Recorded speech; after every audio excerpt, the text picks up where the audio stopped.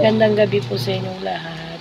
Ito na naman po ako sa pagla-live para po maiparating sa karamihan ang sinapit niya ng isa natin sa nabidyoan last year.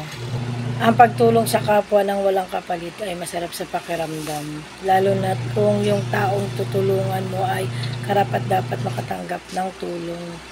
Ginawa lang po akong instrumento ng Diyos upang makatulong sa mga nangangailangan. Kahit hindi ako mayaman, kasi ang pagtulong ay hindi naman pinipili. Kung kaya namang tumulong, gawin na lang. Gawin na lang kahit walang hinihinging kapalit. Kasi mas masarap sa pakiramdam ang tumulong ka ng walang kapalit sa kapwa. Maraming salamat.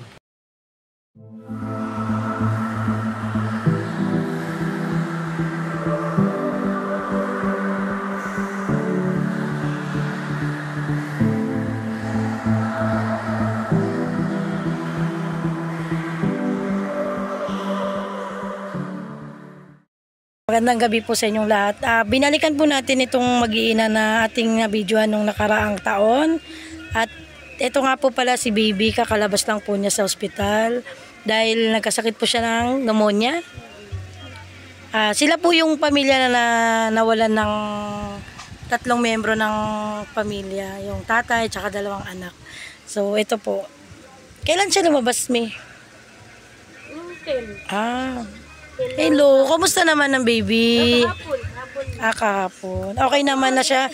Wala na siyang Gagamot pa siya.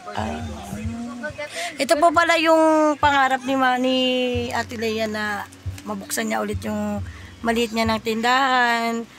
Nawa po mabuksan niya na po para meron siya pagkukunan ng kahit papano pang araw-araw nilang gastusin sa pang araw-araw nilang pagkain at pangangailangan. Bebe, hello! Galing na ang baby na yan. Very good na talaga. Muli natin silang binisita at binigyan natin sila ng kaunting 5 kilos na bigas galing sa Ahon Mahirap po. Ito naman po, bigay sa akin ng Ahon Mahirap po. So, ibigay ko na lang po sa inyo. Ayan, binigyan natin siya ng maliit na regalo. Ito po yun. Ayan, si ate din. Binigyan natin ng konting pamasko. Ayan.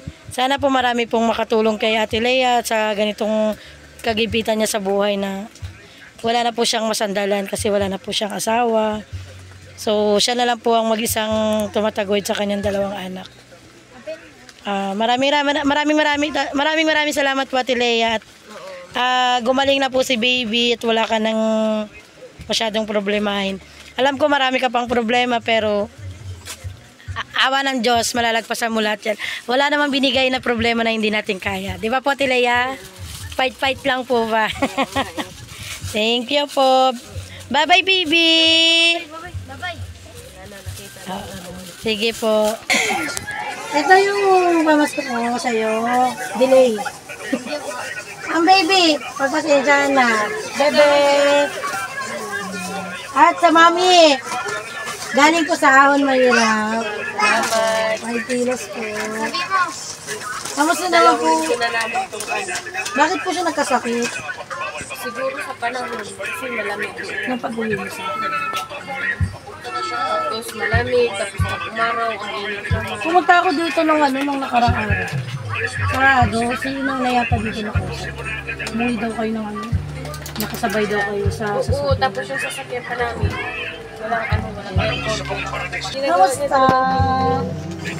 Tuwawa naman ang baby. Nasalinan pa siya ng Mas grabe. bumaba yung hemoglobin. Tapos pinagpero sulfate siya ng 3 buwan. Anong nangyari? Bakit mo siya sinunod? Una, doon sa probinsya, sipon lang, upo, lagi natin. Tapos ang pagdating dito, pinacheck up ko siya sa probinsya. Tapos meron siya, oo, may reseta siya na pang-pausok. Yung sabi Sabutan mo na sa nebulizer. Tapos nang pagdating namin dito, galing sa biyahe, maya-maya, pinausukan ko siya. Tapos, Ubo na lang. Oo, inubo na, hindi na siya makahinga. Kaya yun, sumagit ko na sa ano. Ay, karating lang talaga din namin. Wala pa akong kain. Inisip ko nga to, sabi ko saan kaya siya tumutuloy itong isang to kasi Hindi lang si Tita niya.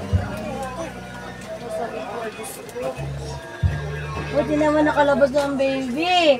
Ah, Iyak ako, nag-iyak ko sa ward na ako.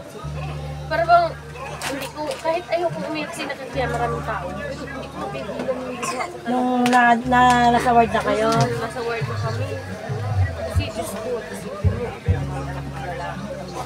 Ang ate doon. Ito gusto nga niya, sabi niya, mama, kailan ba tayo pupunta doon yung regalo nila dito? Thank you, Roma, thank you.